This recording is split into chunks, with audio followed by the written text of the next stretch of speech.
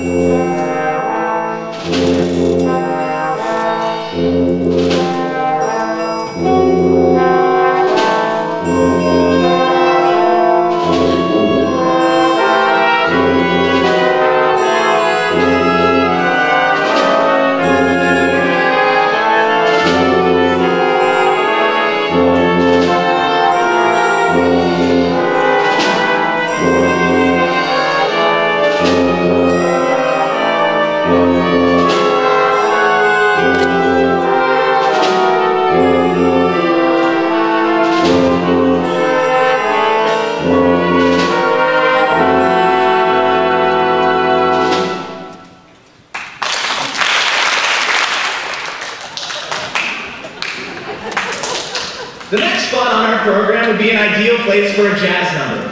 In this category, certain titles lend themselves ideally to our concentrated concert. We've chosen a swing arrangement of the old favorite shortening bread. Ours is the standard recipe, except that we use a lot more shortening.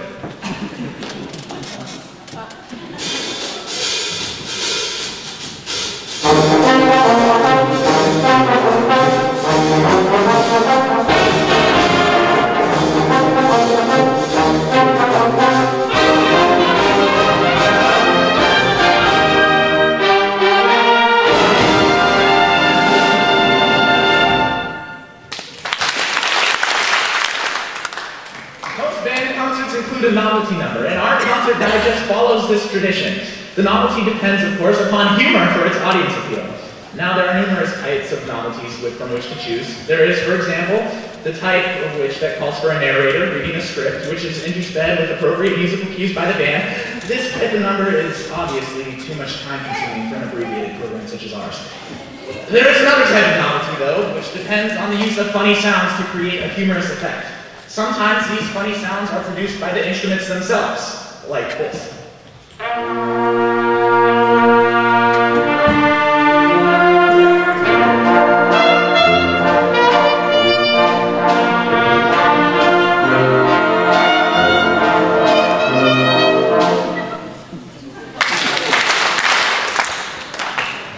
Often, however, the percussion section is given the assignment of furnishing unusual sound effects. In this type of novelty, the band usually plays rather unfunny music while the drummers punctuate the composition from time to time with unlikely sounds which, for some reason or another, the audience seems to find and regard as hilarious or smile-provoking, to say the least. We feel there is a great deal of time wasted in such a number, and we think that we have a solution to this problem. Since it's the unusual sounds made by the percussionists which are the essence to this type of novelty, a great deal of time can be saved by keeping the band's punctuation to an absolute minimum. Here then is our idea of a digest version of a band novelty of the future.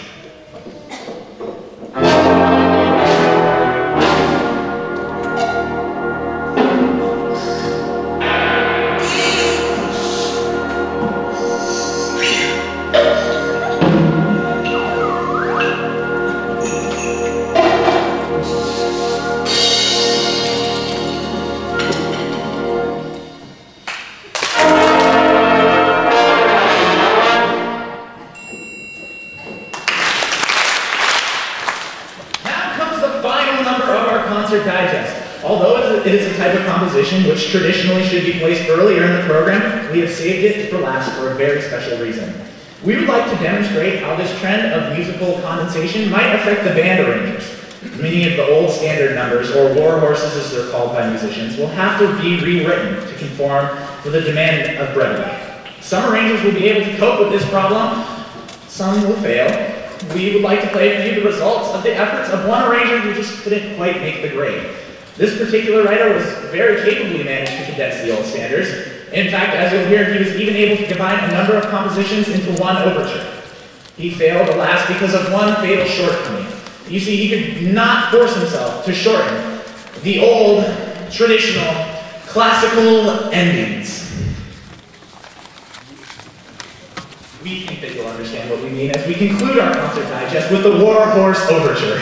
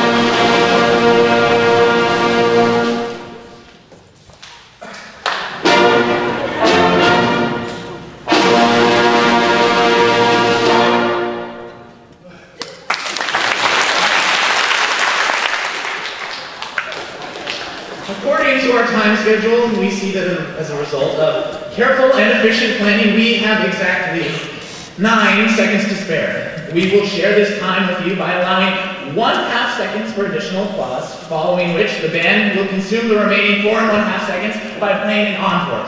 You may now applaud.